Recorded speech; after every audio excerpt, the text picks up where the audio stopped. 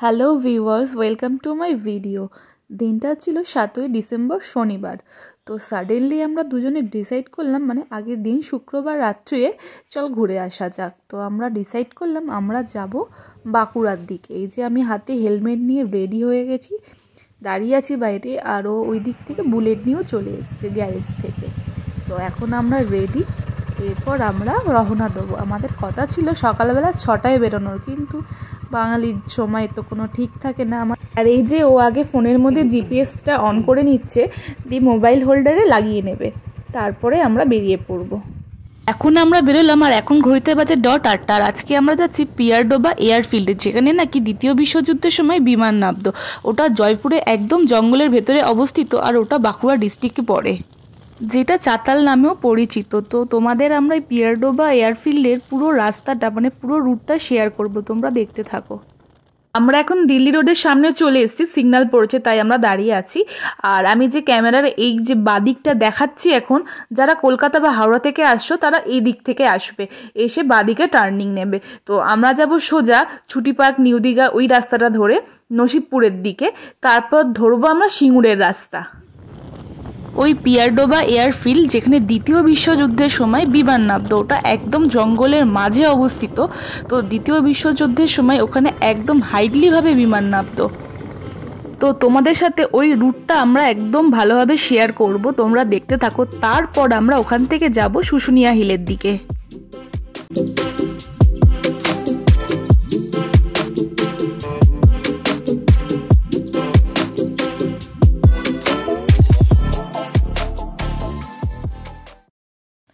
এটা হচ্ছে নসিবপুর মোড়। আমরা ডান দিকে যাব, ওখান থেকে সোজা চলে যাব সিঙ্গুর হয়ে তারকেশ্বরের দিকে। আমরা তারকেশ্বরে যে রুটটা যাচ্ছি সেই রুটটাই ধরবো। এই যে সামনে আমাদের সোজা বোর্ডটা, যেটা সোজা অ্যারো দেয়া, সেটাতে লেখাই আছে তারকেশ্বর, আর 22 কিলোমিটার লাগবে আমাদের যেতে। তারকেশ্বর ঢোকার মুখে যে গেটটা পড়ে, যেটার মধ্যে লেখা আছে ওয়েলকাম টু তারকেশ্বর, আর ওপরে একটা মহাদেবের মূর্তিও করা আছে। তো আমরা এখন যাচ্ছি সোজা, আমরা ওই গেটটা ক্রস করলাম জাস্ট। তো এখন যাচ্ছি মন্দিরটার দিকে। এই যে মন্দিরের সামনে চলে এসেছি, এটা হচ্ছে মন্দিরের মেন গেট। এখান থেকে সোজা গিয়ে হচ্ছে মন্দিরটা। মন্দিরের ভেতর তো আর ঢোকা হবে না, তো এখান থেকে বাবাকে স্মরণ করে নি, জয় বাবা মহাদেব।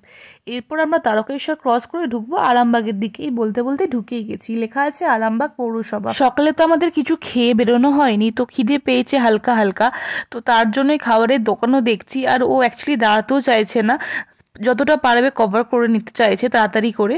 তো দেখি দোকান কোথায় পাই ভালো। তো দেখতে দেখতে আমরা এক জায়গায় দাঁড়িয়েও গেছি, লুচি নিয়েছি, ঘুগনি নিয়েছি, আর সাথে নিয়েছিলাম চা। আর সব থেকে ভালো লাগছে, আরামবাগ ক্রস করে আমরা একটু গ্রাম সাইডের দিকে ঢুকে গেছি। আর চারদিকে দুদিকে মাঠ, আর এরকম মাঝখানে বসে খেতে খুবই ভালো লাগছিল। আর এই যে আমি এখন নিজেকে একটু দেখিয়েও নিচ্ছি। আর কি বলতো, সব থেকে ভালো শীতের সময় তো, রোদ্দা আছে, রোদ্দা হালকা গায়েও লাগছে, ভালো লাগছে, ঠান্ডাটা লাগছে না, যেহেতু গাড়ি চলছে একটা ঠান্ডা হাওয়া কনস্ট্যান্ট গায়ে লাগছে, রোদ্দার জন্য বেশ আরামটা লাগছে। রাত্রিবেলা ফেরার সময় কি হবে জানি না। বলতে বলতে আমরা ঢুকে গেছি জয়পুর ফরেস্টে। দুদিকে ঘন জঙ্গল আর মাঝখান থেকে রাস্তা, ভিউটা এত সুন্দর লাগছিল যেন মনে হচ্ছে এই রাস্তাটা শেষই না হোক। এরকমভাবে আমরা গাড়িতে চলেই যাই আর চলেই যাই, এত দারুণ লাগছে ভিউটা। আর জায়গায় জায়গায় অ্যারো দিয়ে দেখাচ্ছে যে স্লো ড্রাইভ, বিকজ যখন তখন হরিণ আসতে পারে, আবার হাতিও আসতে পারে। তো মাঝে মাঝে রাস্তার সাইডে সাইডে এরকম অ্যারো দিয়ে দেখানো আছে। আর মানে এখানে রোদটা ঠিক ঢুকতে পারছে না, এত গাছের ফাঁক দিয়ে হালকা হালকা রোদ আমাদেরকে দেখছে। বাট সিরিয়াসলি খুব খুব সুন্দর লাগছে রাস্তাটা, মানে একটা লং ড্রাইভের জন্য বেস্ট। আর আসলে প্রকৃতি যে কতটা সুন্দর হয়, যেটা আমরা বাড়িতে বসে কেউ কখনো বুঝতে পারবো না। সামনে এসে চোখ দিয়ে নিজে দেখলে তাহলেই বুঝতে পারা যায় যে কতটা সুন্দর প্রকৃতি, সে সমুদ্র হোক, পাহাড় হোক, আর জঙ্গল হোক। আর এই যে এখানে লেখা আছে সাইনবোর্ডে ড্রাইভ স্লো, ডিয়ার ক্রসিং। তো আর আমরা এখানে বেশিক্ষণ দেরি করবো না, এরপর এগিয়ে যাব, কারণ এরপর আমরা যাব চাতালের দিকে। এই যে সোজা রাস্তাটা আমি দেখাচ্ছি আঙুল দিয়ে, আমরা কিন্তু সোজা এসেছি, আমরা একটু এগিয়ে গেছিলাম। সোজা আসলে এই রাস্তাটা কিন্তু বাহাতে পড়বে সোজা আসার পর। তো আমরা এই বাহাতে রাস্তাটা দিয়ে সোজা যাচ্ছি চাতালের দিকে। রাস্তাটা কিন্তু এখনো সোজাই যাচ্ছে, আর আমার বাহাতে যে আঙুল দিয়ে আমি দেখাচ্ছি এদিকে কিন্তু একটা নদী বা খাল টাইপের কিছু গেছে, যেটা আপাতত শুকনো, এখন জল নেই। তো ওটা বরাবর সোজাই যাচ্ছি আমরা এখনো। এই যে এরপর পিচের রাস্তাটা কিন্তু শেষ হয়ে গেছে, এরপর লাল মাটির রাস্তা স্টার্ট হয়ে গেছে, আর এখানে একটা ট্রেন ক্রসিংয়ের লাইন আছে। তো এইটা একদম জঙ্গলের ভেতরেই বলতে গেলে, খুব একটা ট্রেন এখান থেকে যায় না। আর বাহাতে কিন্তু ওই নদীটা বা খালটা আছে। এরপর কিন্তু আমরা মাটির রাস্তা দিয়ে সোজা যাচ্ছি, ওই সেম রাস্তা, কোনো দিকে এখনো অবধি বেঁকিনি আমরা। এই যে এতক্ষণ সোজা এলাম, এরপর আমরা ডান দিকে যাব। দেখো বাহাতে একটা পুল পড়ছে, ওটা হচ্ছে একটা ল্যান্ডমার্ক ধরে নেবে। আর ঠিক তারই ডান দিকে একটা ঢালাই রাস্তা উঠে গেছে, এটা একটু ঢালাই রাস্তা, কিন্তু এখন একটু মাটি মাটি সামনেটা রয়ে গেছে। এই যে এরপর বুঝতে পারবে যে এটা একটা ঢালাই রাস্তা। আমরা কিন্তু এরপর ঢালাই রাস্তায় উঠে গেছি। এরপর ঢালাই রাস্তা দিয়ে কিন্তু আমরা সোজা এখন যাব। আমি এখানে ভিডিওটা আর কাট করলাম না, বাট স্পিডটা একটু বাড়িয়ে দিয়েছি যাতে তোমাদের বুঝতে সুবিধা হয় যে কোনখান দিয়ে যাচ্ছি অ্যাকচুয়ালি। আমরা কেটে দিলে একটু বুঝতে অসুবিধা হতে পারে, তো আমি আর এখানে ভিডিওটা কাট করি, জাস্ট স্পিডটা একটু বাড়িয়ে দিয়েছি।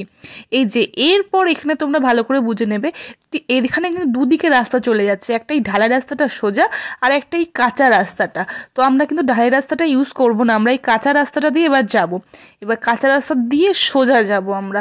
আর এরকম সাইডে ডান হাতে এরকম কটেজ টাইপের দেখবে, বাট ওগুলো ফাঁকা কিচ্ছু নেই, ওগুলো আগে জিনিস থাকতো, হাতি ফাতি থাকতো মেবি, শোনা কথা, আমি জানি না। তো আমরা এখন এই কাঁচা রাস্তা দিয়ে সোজা যাচ্ছি, মাটির রাস্তা এটা, সোজাই যাব, কিন্তু কোনো দিকে আমরা এখন টার্নিং নিচ্ছি না। আর পুরো রাস্তাটা জঙ্গলের মাঝখানে রাস্তা, দুধারে বিশাল ঘন জঙ্গল, কিচ্ছু নেই, আর মাঝখান দিয়ে রাস্তাটা খালি চলে যাচ্ছে। এখনও কিন্তু আমরা সোজা যাচ্ছি। তারপরে যে জায়গাটা আসছি এখানটা একটা চাতাল মতন করা আছে, মানে ঢালাই করা। এই যে সোজা যে উঠবো গিয়ে এটাও পুরোটা চাতাল। তো আমরা ভেবেছি চলে এসছি আমরা, মনে হয় জঙ্গলে ঢেকে গেছে, এখন মনে হয় ছোটো হয়ে গেছে, বাট না, সেটা নয়। এই যে সোজা রাস্তাটা গিয়ে ঠিক বাহাতে যে রাস্তাটায় আমরা ঢুকবো সেটা হচ্ছে মেন চাতাল যাওয়ার রাস্তা। একটা দেখো সোজাও রাস্তা আছে, একটা ডান দিকেও রাস্তা আছে, এই দুটো রাস্তা কিন্তু নয়। এই যে বাহাতে আমরা টার্নিং নিচ্ছি এটা হচ্ছে চাতাল যাওয়ার মেন জায়গা, রাস্তাটা। এই রাস্তাটাও কিন্তু আমরা সোজাই যাব, ডান হাত বা বাঁ হাতে কোনো দিকে রাস্তা পড়লেও কিন্তু ঢুকবো না, সোজা পুরো রাস্তাটা। আর মেন ব্যাপার, রাস্তাটা পুরো ঢালাই করা, মানে চাতাল টাইপের, যেটা ওই টাইপের আছে, মানে বোঝাই যাবে যে এই রাস্তাটা গিয়ে ওই চাতালে গিয়েই মিশছে। তো আমরা এই রাস্তাটাই কন্টিনিউ করব। একটা অরিজিনাল ভয়েস দিচ্ছি, সেটা তোমরা ভালো করে শোনো, একটু গাড়ির আওয়াজ আর হাওয়ার আওয়াজ পাবে, বাট একটু ভালো করে শুনে নিও। সত্যি বলতে না, সেই সময় জাস্ট খুব জোর ভয় পেয়ে গেছিলাম। তোমরা শোনো এটা। সামনে বসে আছে নাকি, ওটা সোজা কি দেখা যাচ্ছে, বসে আছে, কিছু মনে হচ্ছে বসে আছে না, শেয়াল।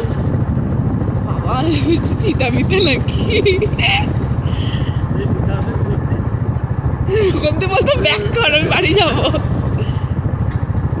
তাতে এখান থেকে ভয় করছে আমার।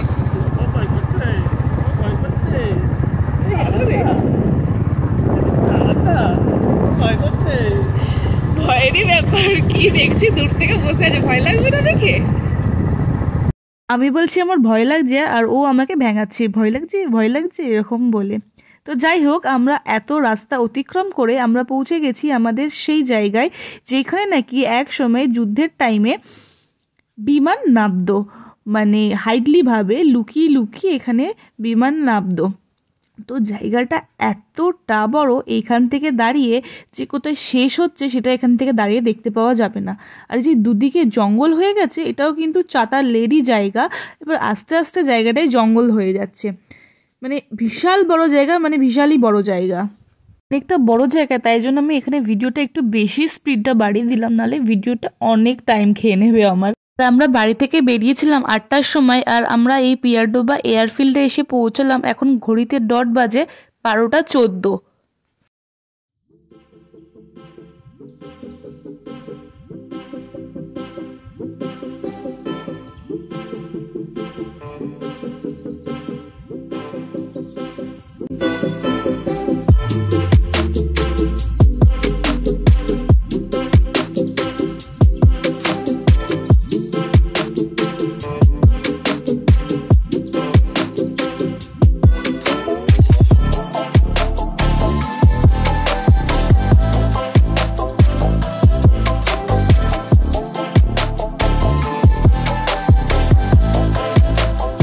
আমরা এখান থেকে গাড়িটা ঘুরে নিচ্ছি, আর ওপাশটা যাবো না, ওপাশটা একটু বেশি জঙ্গল হয়ে গেছে, এখান থেকে ব্যাক করে নিলাম। এখানে এসে একটু বুলেট চালিয়ে আমি নিজেরও একটু ভিডিও বানিয়েছি, তো তোমাদের সাথে সেটাও শেয়ার করলাম, দেখে নিও। এই পিয়ারডোবা এয়ারফিল্ডে এসে সত্যিই আমাদের খুব ভালো লাগলো, মানে একটা অন্যরকম অনুভূতি যে একটা সময় এখানে এরকম জঙ্গলের ভেতরে এরকমভাবে বিমান নামতো, আর্মির লোক, বোমা, এভরিথিং, খুবই ভালো লাগলো। তো যাই হোক, আমরা আবার ব্যাক করছি যে রাস্তা দিয়ে এসেছিলাম সেই রাস্তা ধরেই। তো পিয়ারডোবা এয়ারফিল্ডের পুরো রাস্তায় তোমাদের সাথে আমি শেয়ার করে দিয়েছি। তো এরপর আমরা কোথায় গেলাম, কি করলাম, তার জন্য নেক্সট পার্ট আসছে। তো আপাতত টাটা, সবাই ভালো থেকো।